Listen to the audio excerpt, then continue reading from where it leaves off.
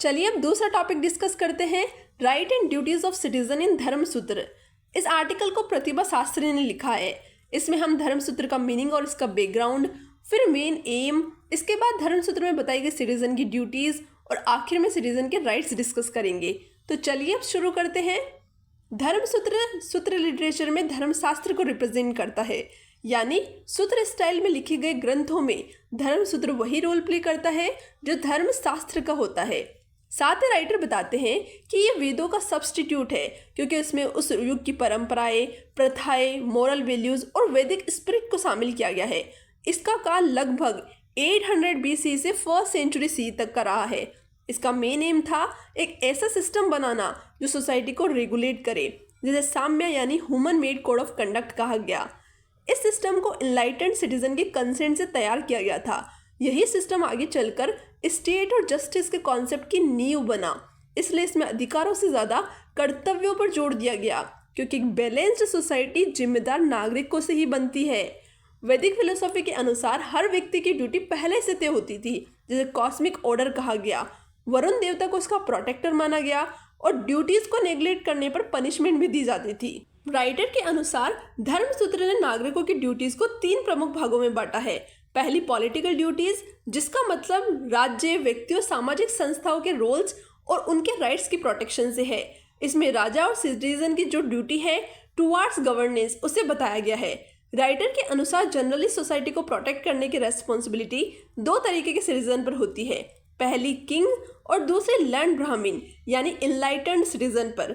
गौतम ने इन दोनों के लिए 3 स्पेशल ड्यूटीज बताई है, जिसे कौटिल्य ने भी सही माना है। पहली ग्रोथ, राज्य के विकास में बाधा बनने वाली चीज़ों को हटाना। दूसरी प्रोटेक्शन, समाज की रक्षा करना। और तीसरी करेक्शन, जो व्यक्ति अपनी ड्यूटी से भटक जाए उसे सही मार्ग पर लाना।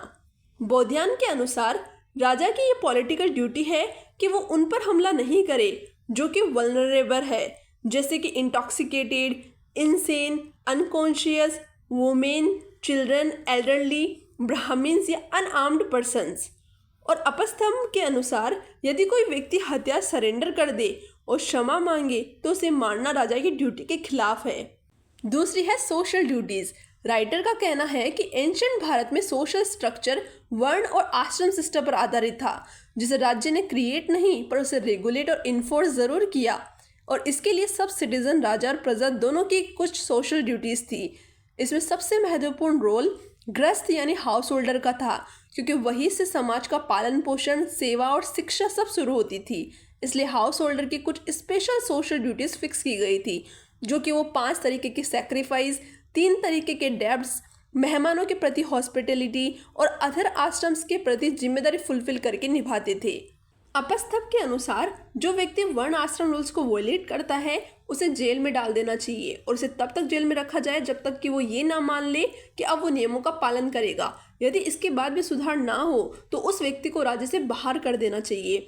इन्होंने सोशल ड्यूटी में विमेन सेफ्टी को भी टॉप प्रायोरिटी में माना है, लेकिन राइटर का कहना है कि आज की दुनिया में विमेन की जो सिक्योरिटी है वो सेटिस्फैक्टरी नहीं है। आगे गौतम ने इन्वायरमेंटल एथिक्स पर जोर देते हुए कहा कि व्यक्ति को वायु, अग्नि, ब्राह्मण, सूर्य, जल, देवता या गायों के सामने गंदगी नहीं फेंकनी चाहिए। ये प्रकृति के प्रति अनादर है, यानी कि हर व्यक्ति की सोशल ड्यूटी थी कि वो इन्वायरमेंट को प्रोटेक्ट करे। तीसरी ड्यूटी है इकोनॉमिक ड्यूटी। सिटीजन की इकोनॉमिक ड्यूटीज़ में सभी सिटीजन्स, जिनमें किंग और नॉर्मल पीपल, सभी की कुछ ड्यूटीज़ थी जिससे कि कंट्रीज की इकोनॉमी अच्छे चल सके। तो धर्मसूत्र के समय बार्टर सिस्टम प्रेवलेंट था, इसलिए इकोनॉमिक्स में फेयरनेस बनाए रखने के लिए इक्विवेलेंट एक्सचेंज की ड्यूटी बताई गई।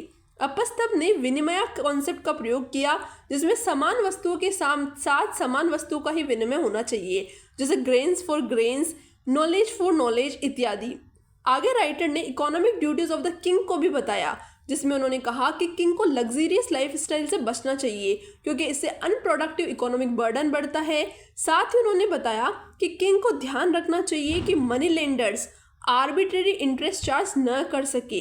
फिर हम धर्मसूत्र में बताए गए राइट्स की बात करेंगे, जिनमें पहला है पॉलिटिकल राइट्स, मतलब वो अधिकार जो राजा को देश को गवर्न करने के लिए दिए जाते हैं, जैसे कि टैक्स लेने का अधिकार।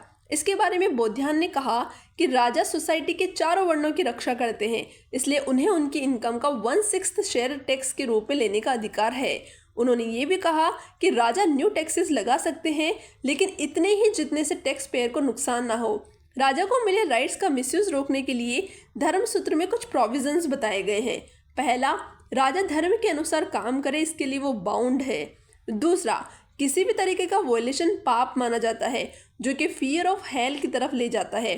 साथ ही राजा के लिए ज़रूरी है कि वो जो भी काम करे वो वेद, धर्म, वेदांग, पुराण के अनुसार करे। दूसरा है सोशल राइट, जिसमें धर्मसूत्र में हाउस होल्डर, एनिमल्स, स्टूडेंट और इंडिविजुअल इन जनरल के राइट्स को राइटर ने बताया है, जिसमें हाउस होल्डर के अधिकार में हस्बैंड और वाइफ को एक सिंगल फैमिली यूनिट माना गया था, जहां पत्नी उसे कहा जाता था जो पति के साथ धार्मिक अनुष्ठानों में हिस्सा लेती थी। दोनों का प्रॉपर्टी में समान अधिकार होता था।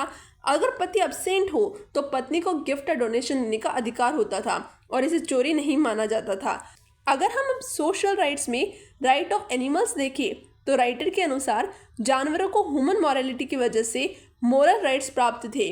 उन्हें भी स्टेट के सिटीजन जैसा माना गया। जैसे गाय को यह अधिकार था कि वो अपने बच्चे को दूध पिला सके। इसका एक इकोनॉमिक एंगल भी था, क्योंकि इससे पशुधन की वृद्धि होती थी, जो एग्रीकल्चर और इकोनॉमी के लिए ज़रूरी था। स्टूडेंट राइट्स, इसमें स्टूडेंट को सोसाइटी का फाउंडेशन माना गया और उन्हें शिक्षा का अधिकार दिया गया। जैसे गुरुकुल सिस्टम में स्टूडेंट अपनी इच्छा से किसी भी टीचर से पढ़ सकता था। अगर किसी स्टूडेंट को टीचर पसंद ना आए तो वह दूसरे टीचर के पास जा सकता था। उसे अपने इंटरेस्ट के अनुसार सफिशिएंट समय तक पढ़ने का अधिकार था, इत्यादि। फिर इंडिविजुअल इन जनरल में हर व्यक्ति के पास अपनी सुरक्षा का अधिकार था। गौतम के अनुसार अगर जान का खतरा हो तो ब्राह्मण भी हथियार उठा सकता था। आगे लेखक ने बताया कि अगर कोई व्यक्ति गलती कर दे तो धर्मसूत्र में उसे प्रायश्चित करके उस सुधार का अवसर भी दिया जाता था। व्यक्ति तपस्या, उपवास और प्रार्थना से अपने कर्मों का पाश्चाताप कर सकता था, लेकिन बाद में ये प्रायश्चित सिस्टम राजकीय और न्यायिक व्यवस्था से रिप्लेस हो गया। यानी अब ये काम राजा और समाज की संस्थाएं करने लगी। इसके साथ ही सोशल राइट्स कंप्लीट होते हैं। फिर धर्मसूत्र में विमेन्स राइट्स बताए गए हैं, जिसमें पहला है राइट टू प्रोटेक्शन। इसमें कहा गया है कि सोसाइटी की रेस्पॉन्सिबिलिटी है कि वो हर सिचुएशन में विमेन की प्रोटेक्शन करे। बोध्यान ने कहा कि पुरुषों को वेल्थ से ज़्यादा विमेन को केयरफुली प्रोटेक्ट करना चाहिए। मनु ने कहा कि हर पति की ड्यूटी है कि वो अपनी पत्नी की सुरक्षा करे। दूसरा, राइट टू एजुकेशन।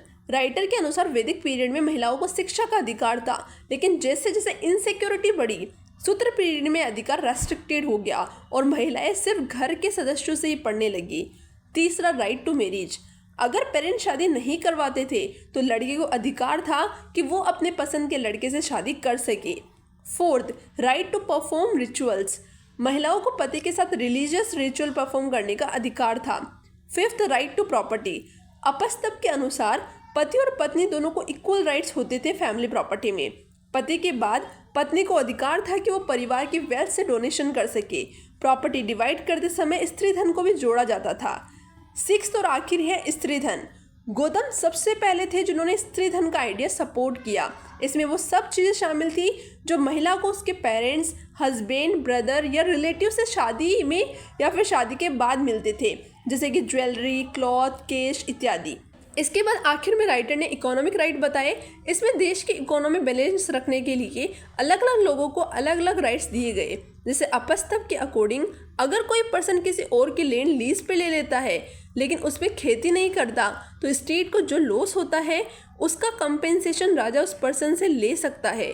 यानी लीज लेने का मतलब सिर्फ लैंड यूज़ नहीं, रेस्पॉन्सिबल होना भी है। इसी तरीके से पशुपालन भी एक इम्पॉर्टेंट इकोनॉमिक एक्टिविटी थी, इसलिए स्टेट का काम था ग्रेजिंग लैंड्स का अरेंजमेंट करना इत्यादि इत्यादि। इस तरीके से काफ़ी सारे उनको राइट्स दिए गए। इसी के साथ हमारा सेकंड टॉपिक भी कंप्लीट होता है। उम्मीद करते हैं आपको सेशन यूज़फुल लग रहा होगा। अगर सेशन यूज़फुल लग रहा है तो सेशन को लाइक और शेयर ज़रूर कीजिएगा और चैनल को सब्सक्राइब करना ना भूलें।